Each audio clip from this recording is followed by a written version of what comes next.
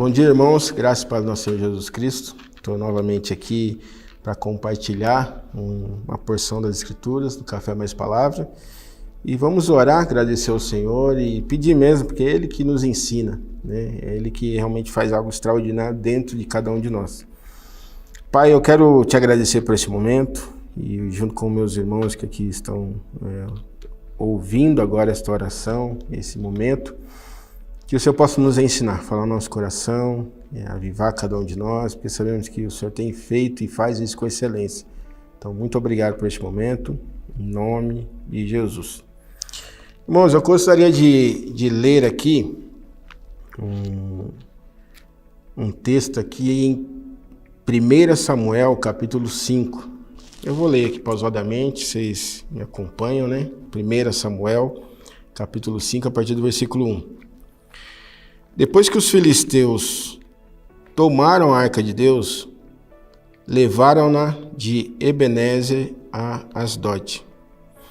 Então os filisteus carregaram a arca de Deus e a introduziram na casa de Dagom e a puseram junto a Dagom. Levantando-se, porém, de madrugada, os de Asdod, no dia seguinte, lá estava Dagom caído com o rosto em terra, diante da arca do Senhor. Tomaram a Dagom e tornaram a pô-lo no lugar. Versículo 4. Mas levantando-se de madrugada, no dia seguinte, Dagom estava caído com o rosto em terra diante da arca do Senhor. A cabeça de Dagom e ambas as suas mãos estavam cortadas sobre o limiar. Somente o tronco ficara a Dagom.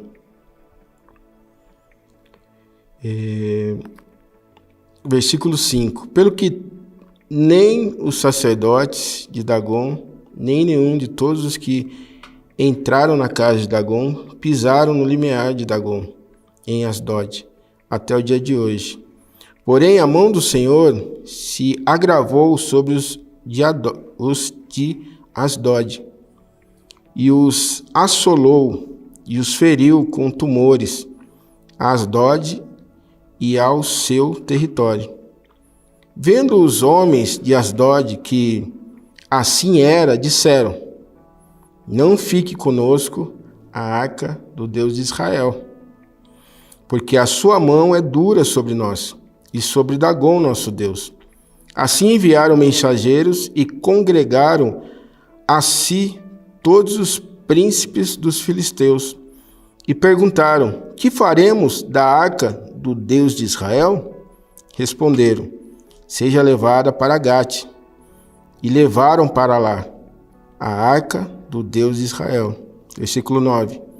Desde que levaram para lá, a mão do Senhor veio contra aquela cidade com grande terror, feriu os homens daquela cidade, desde o pequeno até o grande, e nasceram-lhes tumores. Então enviaram a arca de Deus a Ecrom. Chegando lá a arca de Deus, os de Ecrom exclamaram: transportaram para nós a arca do Deus de Israel, para nos matar e a nosso povo. Versículo 11. Então enviaram mensageiros e congregaram a todos os príncipes dos filisteus e disseram: enviai daqui a arca do Deus de Israel e volte ela para o seu lugar, para que não nos mate, nem a nosso povo, pois havia terror de morte em toda a cidade, e a mão de Deus muito se agravava sobre ela. Os homens que não morriam eram feridos com tumores, e o clamor da cidade subiu até o céu.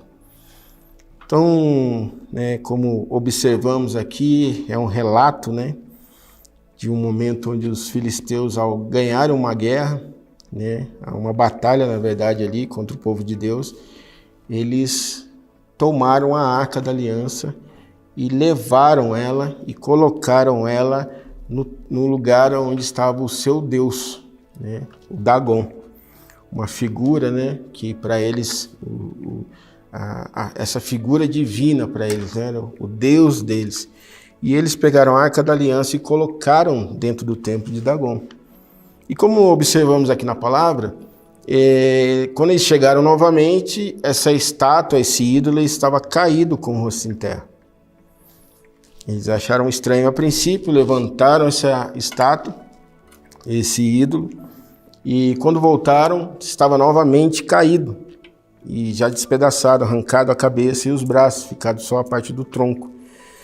E eu tenho, né, lido esse texto, tenho observado, né, e como realmente é um momento de terror para aquele povo, né, onde a partir dessa experiência que eles tiveram, eles também começaram a sentir coisas em seus corpos, começou a vir tumores sobre eles, pessoas começaram a sentir algo que os apavoravam, pessoas estavam morrendo, e aí eles decidiram tirar a Arca da Aliança do meio deles e levar para outro lugar. E isso sucedeu também sobre eles, começou a vir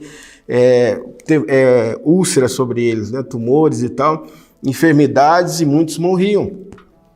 E eles ficaram em pânico, falaram, nós não queremos essa arca aqui, não queremos a arca do Deus de Israel, que eles queriam o ídolo deles, eles queriam o estilo de vida deles, eles queriam a forma com que eles decidiram fazer. A gente olha para a história da humanidade em si, os povos começaram a se afastar e se afastar e se afastar de Deus, né?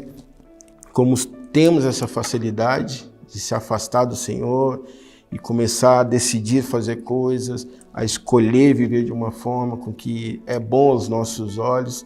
E esse povo filisteu, eles estão vivendo de uma forma tão profunda em relação à desobediência, ao pecado, à idolatria, que a presença de Deus através da arca incomodava eles. Vinha a enfermidade sobre eles, né? Vinha a morte sobre eles, né? como povo. E eles não queriam a presença, eles não queriam a arca. Lembrando que na arca continha lá os mandamentos de Deus, né? Nas pedras. Continha lá uma vasilha com maná, alimento, né, que vinha do céu, diariamente fresco. Então existe algo que era como um testemunho para eles ali. A Arca da Aliança era o testemunho de Deus, do povo no qual ele separou. E eles falavam essa expressão aqui.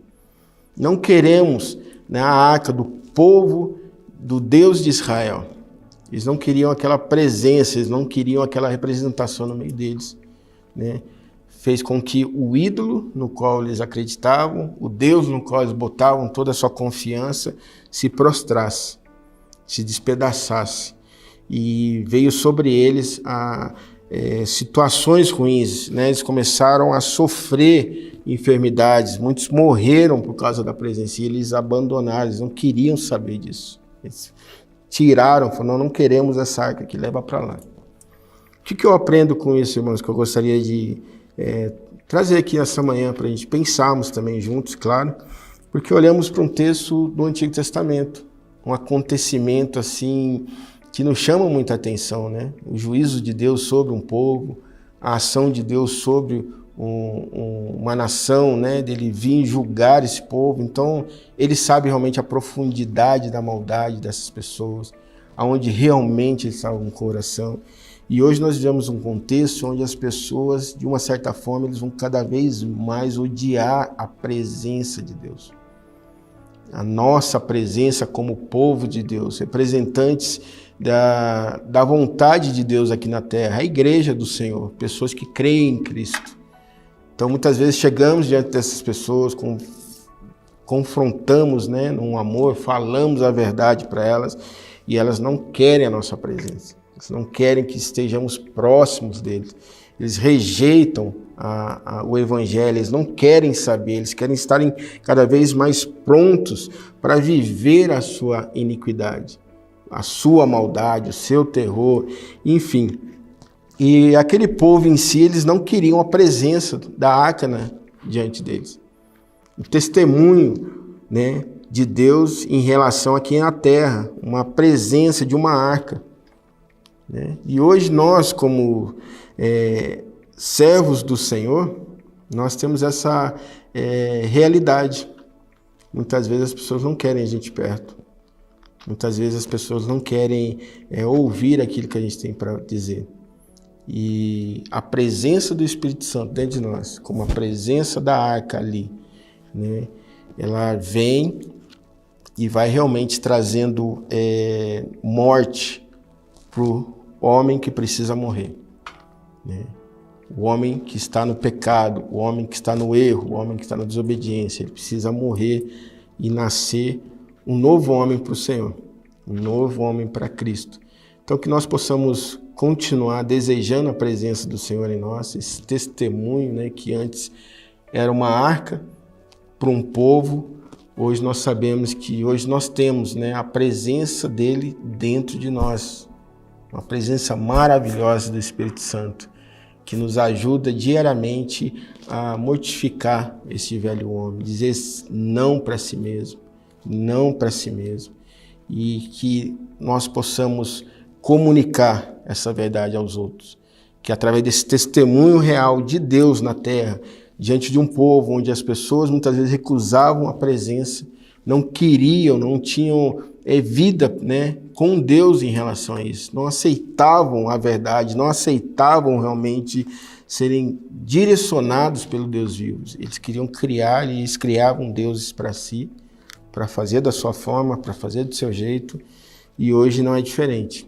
Nós estamos nesta terra como testemunhos de Deus, e muitas vezes, infelizmente, as pessoas não querem nem a gente perto, nem a gente próximo, porque a forma vã que eles estão vivendo, a forma separada de Deus que eles estão vivendo, a gente vai sempre lembrar que isso realmente é um caminho de morte.